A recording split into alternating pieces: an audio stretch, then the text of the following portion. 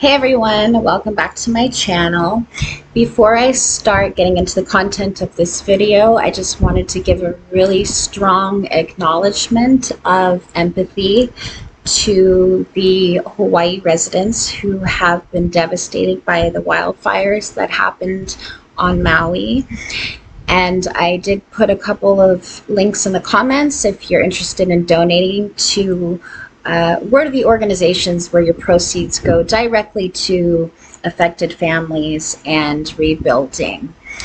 However, if there's one thing that I've really learned through my 10 years of living in the state of Hawaii, is the aloha spirit is extremely profound and strong, and the value system of Ohana is also very strong. And when people here do deal with natural disasters, everybody really does come together in a pretty incredible way, and that gives us, insights into some of the most beautiful parts of humanity. So I wanted to acknowledge that as well.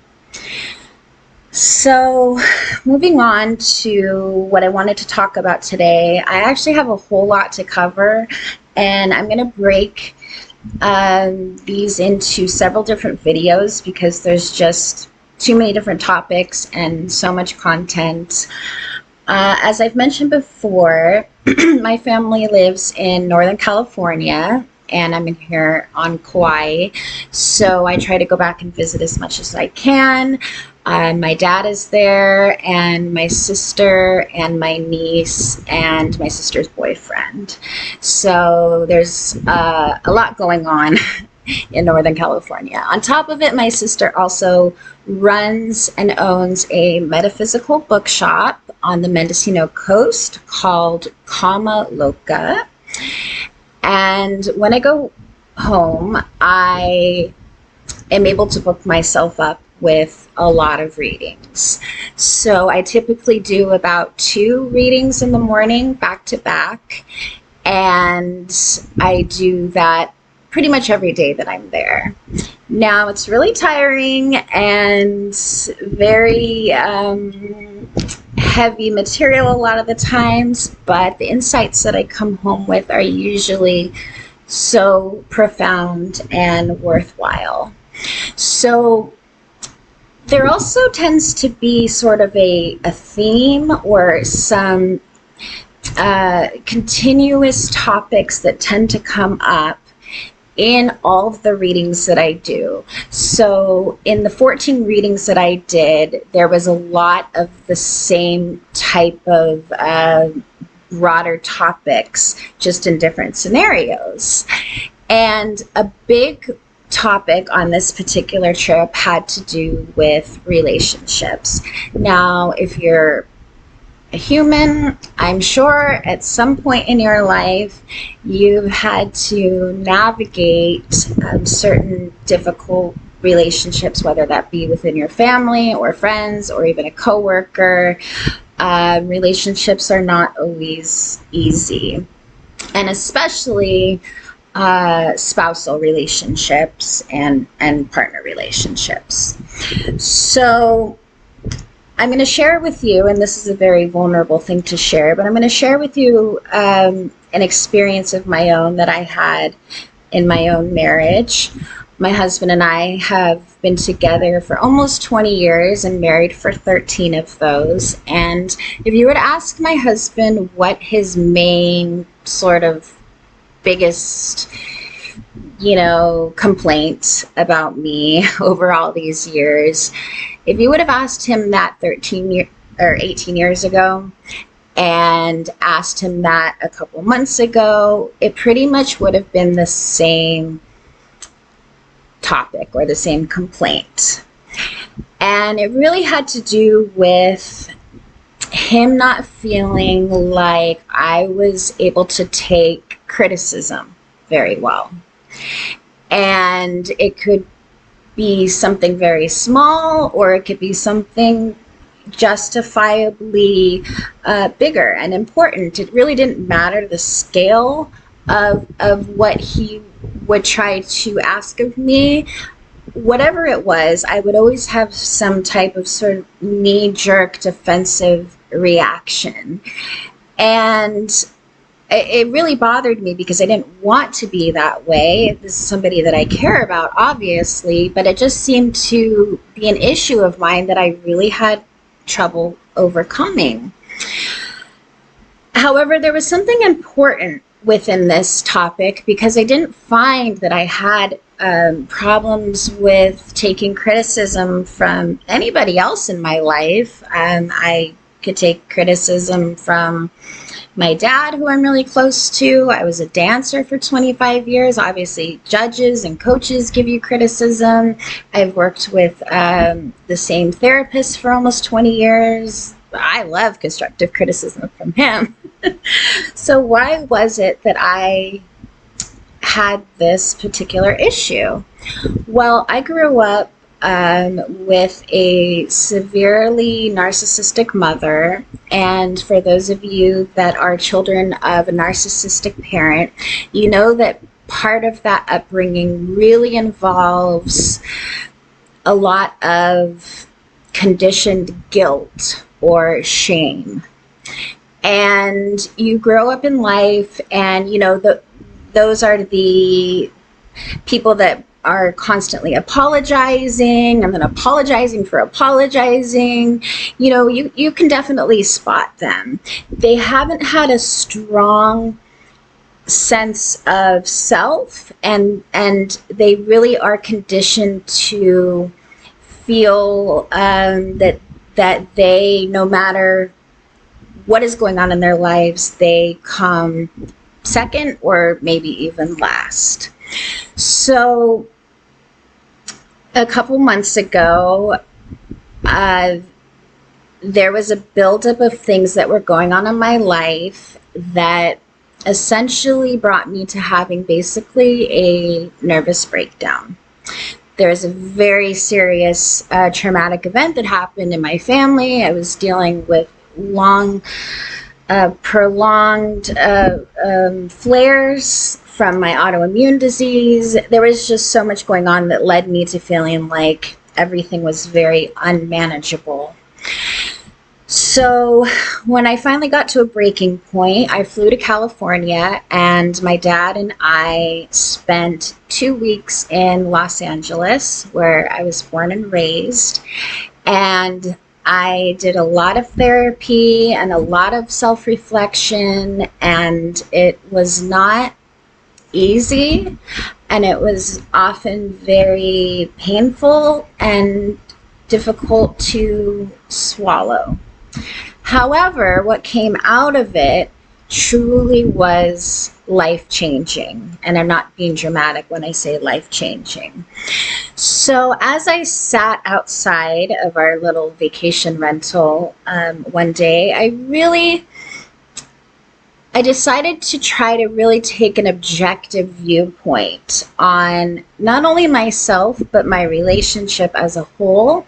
And one of the most powerful things that my therapist has ever said to me, and he said this 20 years ago when we started working together, was be curious about yourself. So once we start judging ourselves or condoning ourselves or, putting labels on our bad behavior, then it's really hard to get to the root of why we're feeling a certain way.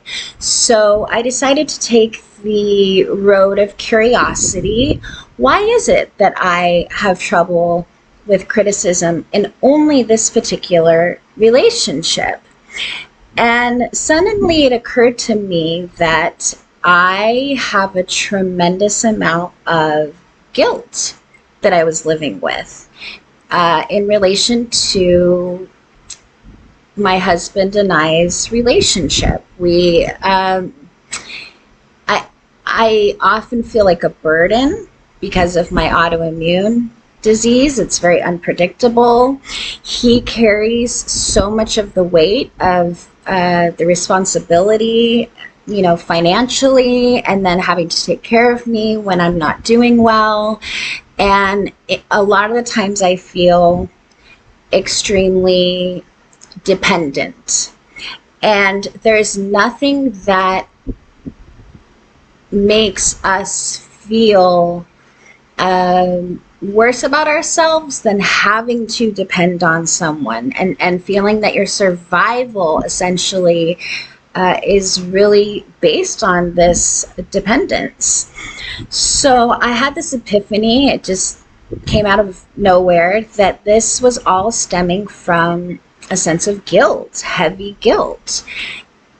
And I'm not kidding that as soon as I acknowledged the root of this behavior, it was like in one swoop of a moment, my entire personality and worldview and just image as a whole completely changed. So I was able to understand where that was coming from, and once I understood the root of it, it completely changed my relationship in one day. I came home from that particular trip, and all of the behavior that I had been displaying over the last 20 years literally just magically pretty much disappeared. So that was pretty incredible. And this same sort of idea came up a lot in my readings that I did on this last trip.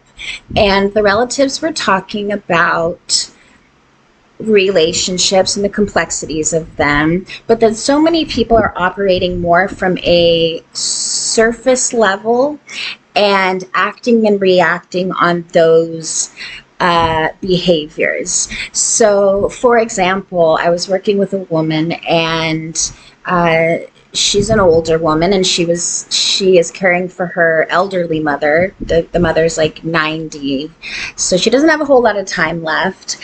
And the mother has always been pretty cold, not that nurturing, and certainly not very grateful, or at least acknowledging the gratitude of what her daughter is doing for her as she approaches her final years.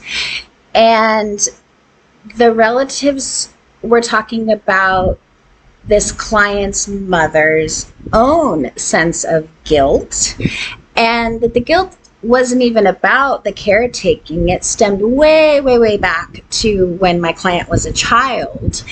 And that if my client was able to get into that part of her mother's heart and soothe over and soften those senses of guilt and regret, or whatever it is that she was putting onto herself, that their dynamic would really change. And it feels counterintuitive when somebody is mistreating us, or we're not feeling acknowledged in a way that we feel like we should be. It's very counterintuitive to almost be even nicer to, or come from a place of love and compassion. But I'm telling you guys, this really is what works. So my client went back home, and we actually had a follow-up reading only a couple days later.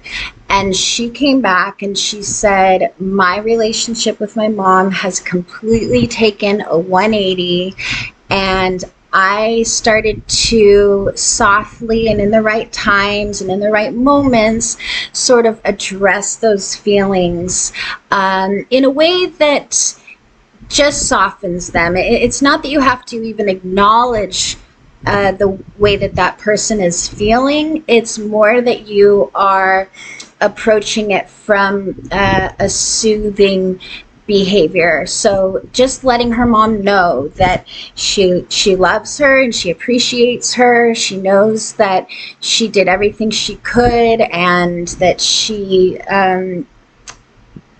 was a good mother to her, even if there was times where she wasn't able to fully express it, right? Or just soft ways of saying, I don't hold on to resentment. I don't hold on to negative feelings about the past. And that completely changed her dynamic with her mother in only a couple of days. So really what this all boils down to is finding the root in relationships, the root feeling of not only the way that you feel, but the way that whoever you are in a relationship with or interacting with might feel as well, and operating from there. Otherwise, we're going to be continuously interacting with each other on a surface level and really just acting and reacting and reenacting old wounds, and we never get to really the root cause of why we are treating each other or reacting in ways that aren't beneficial for anybody. So I hope this resonates with some of you. I do want to say one last thing though, and I think this is important, is that if you are a child that did grow up with a truly narcissistic parent. Now, this is not just like, oh, my ex-boyfriend, he's such a narcissist. I mean a true